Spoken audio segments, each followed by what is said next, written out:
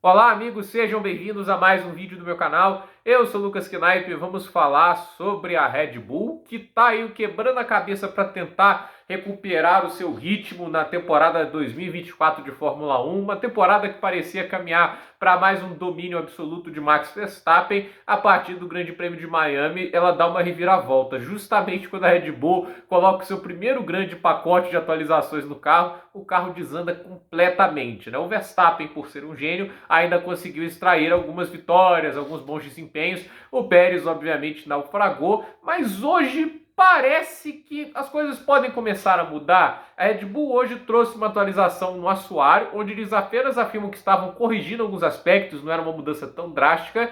E o desempenho chamou atenção, inclusive em relação ao desempenho nas curvas de baixa, porque era o que a Red Bull estava mais sofrendo nas corridas anteriores. E aí a gente foi ver o gráfico, né, de velocidade nas curvas de baixa, né, tipo as Red Bulls colocando 7 décimos na Mercedes, né. Óbvio que isso também tinha questão de ajuste, eles estavam andando com mais asa, nas retas os carros estavam andando melhores, mas não deixa de ser impressionante que no equilíbrio geral das coisas eles estavam fortes, o ritmo de corrida também foi muito forte. Então a gente olhou uma Red Bull muito melhor do que a gente imaginava, né? Eu não imaginava a Red Bull nessa corrida cogitando brigar pela vitória, porque em Monza retas longas, muitas curvas de baixa velocidade, óbvio que é muita diferença, eles não andam com a mesma falta de pressão aerodinâmica, mas lá era um indício de uma Red Bull que não estava muito bem. Na verdade, foi a pior corrida da Red Bull no ano. Nenhum dos dois andou em um ritmo competitivo. Mas nesse fim de semana, eles começaram a andar um pouco melhor e me impressionou o Pérez desde o início do treino livre andando bem, né? As primeiras voltas não foram lá tão boas, mas depois a gente viu, progrediu bem. Terceiro no TL1, segundo no TL2, apenas 6 milésimos atrás do Leclerc, que no finalzinho emplacou uma volta muito boa, mas há de se ressaltar também que pegou um momento mais emborrachado da pista, a pista estava muito suja, então ela evolui a cada volta, mas não deixa de ser impressionante, até porque ficou meio segundo à frente do Verstappen, que, segundo o que foi dito, estava andando em um motor num ritmo um pouco mais baixo, né? Talvez para algum tipo de teste, mas assim, ele pareceu se sentir mais confortável com o carro, né? As voltas foram melhorando constantemente e não parece aquela briga com o carro que estava em muitas corridas anteriores. E talvez a gente esteja vendo a Red Bull indo de novo para um caminho mais estável de carro, né? Porque a gente fala muito sobre essa questão do Max Verstappen, do carro direcionado ao estilo de pilotagem dele. Tem gente que fala que isso é um mito, e para mim é mais do que um fato, porque não é à toa, por exemplo, que o Gasly e o Albon pareciam braços de madeira perto do Verstappen naquele carro, apanhando de um jeito que nunca apanharam na vida. Aí vão para outras equipes, a gente vê o Gasly na AlphaTauri, na Alpine, é um bom piloto. A mesma coisa vale para o Albon. Não são diferenciados, a meu ver, mas são bons pilotos, né?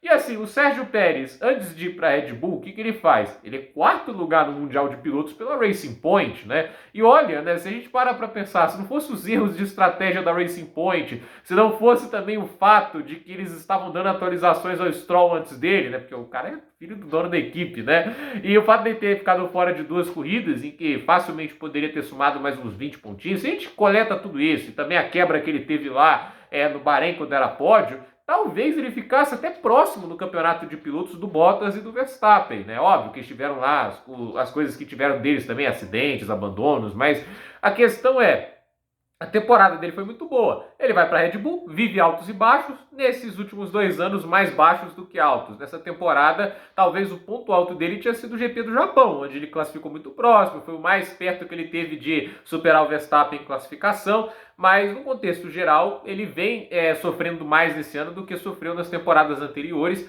Só que assim, nesse fim de semana, pareceu o mais confortável que ele teve com o carro em muito tempo, né? E eu acredito que a Red Bull talvez esteja abandonando um pouco esse conceito mais agressivo de carro, muito hipersensível que o Verstappen gosta, porque talvez tenha chegado a um teto, a um limite. Essa temporada da Red Bull parece muito aquela temporada de 2009 da Brown, né, que o Button ganha 6 das primeiras 7 corridas e não ganha mais na temporada, porque é uma mudança de regulamento muito drástica, aí tem o pulo do gato, muita gente desconfiava que o Ross Brown sabia do regulamento com antecedência, né, até hoje tem essa história, e aí ele projetou um carro que era muito mais rápido que os outros, né? Como é que explica, né? O cara herda a Honda, compra a Honda por 1 euro, né? Até lá, acho que eles não sei se eles dão uma moeda ou uma nota simbólica, né? Aí ele pega que era a pior equipe da Fórmula 1 em 2008 e transforma na campeã de 2009. Não fazia muito sentido, né? Até porque todas as outras equipes já estavam cientes do que o regulamento era em 2009. Nenhum deles conseguiu se adaptar tão bem, exceto a Brown, né? A Brown, do nada, já estava lá na frente.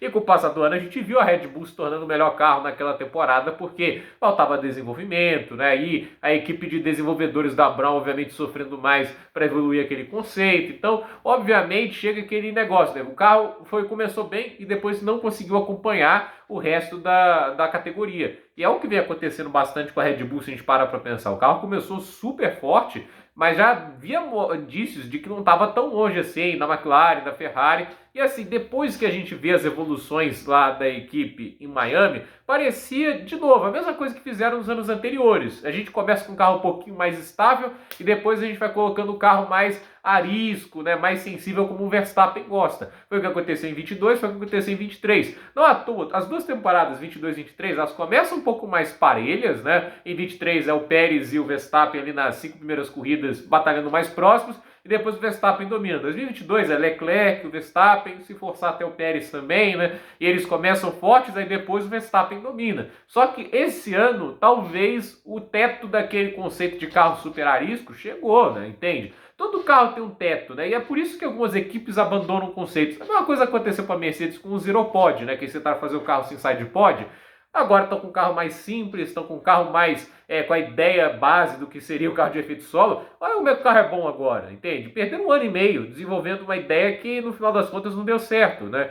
E agora a Red Bull, talvez assim, teve carros maravilhosos antes, mas chegou um ponto que assim, esse carro desse ano anda mais rápido que o do ano passado. Você compara os tempos de classificação, ele é mais rápido, mas a questão é, chega um ponto que assim, as outras equipes evoluíram mais e você não está tendo mais onde quebrar ali, tipo, essa barreira e o teto que o carro pode produzir. O conceito parece não estar indo adiante. Talvez a melhor coisa que você possa fazer é tentar deixar a vida dos pilotos mais confortáveis para que eles possam guiar com mais confiança. Talvez essa mudança de assoalho venha no sentido de vamos fazer um carro mais estável, previsível e menos sensível, com uma janela de operação maior. Foi o que o Christian Horner falou, entende? A janela de operação do carro era muito pequena. E se você não conseguia achar, você sofria e lutava com o carro o tempo todo. O Max Verstappen, ele é muito diferenciado e consegue dar conta disso. Da mesma maneira que, se a gente for olhar, o Alonso dava conta da Ferrari em 2012. Olha a diferença que era. O Alonso chegou a um ponto que ele liderava o campeonato e o Massa tinha 10 pontos. Tipo, de 122 pontos que a Ferrari tinha, 112 era do Alonso. Você tem ideia de como era a disparidade. Mas assim, o Massa era um piloto ruim?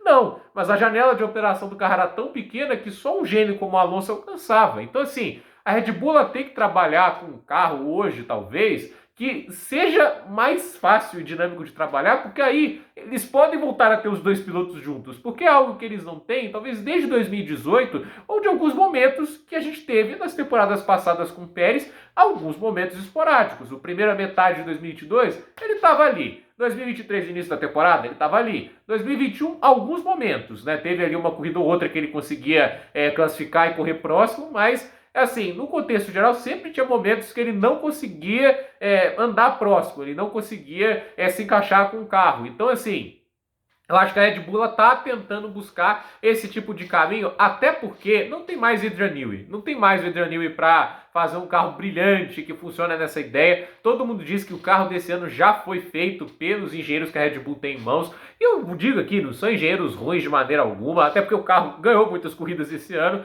Então, assim, eu estou curioso para ver o desempenho que vai ter no sábado e, obviamente, no domingo, porque, assim, foi uma sexta-feira boa, como a Red Bull não tinha em muito tempo. Eu acho que, assim, essa é a questão que a gente fala, né? A Red Bull, nesse fim de semana, teve a sexta-feira que não estava tendo há muitos meses, porque o carro que você não esperava andar tão bem, né, o Pérez, né, foi próximo da liderança, andou tempos muito bons, né, e assim, a volta que ele teve, né, a última mais rápida, foi importante até para mostrar que o carro podia ser rápido nas curvas e ao mesmo tempo mandar melhor nas retas também, porque ele conseguiu um bom último setor, onde a Red Bull estava sofrendo mais.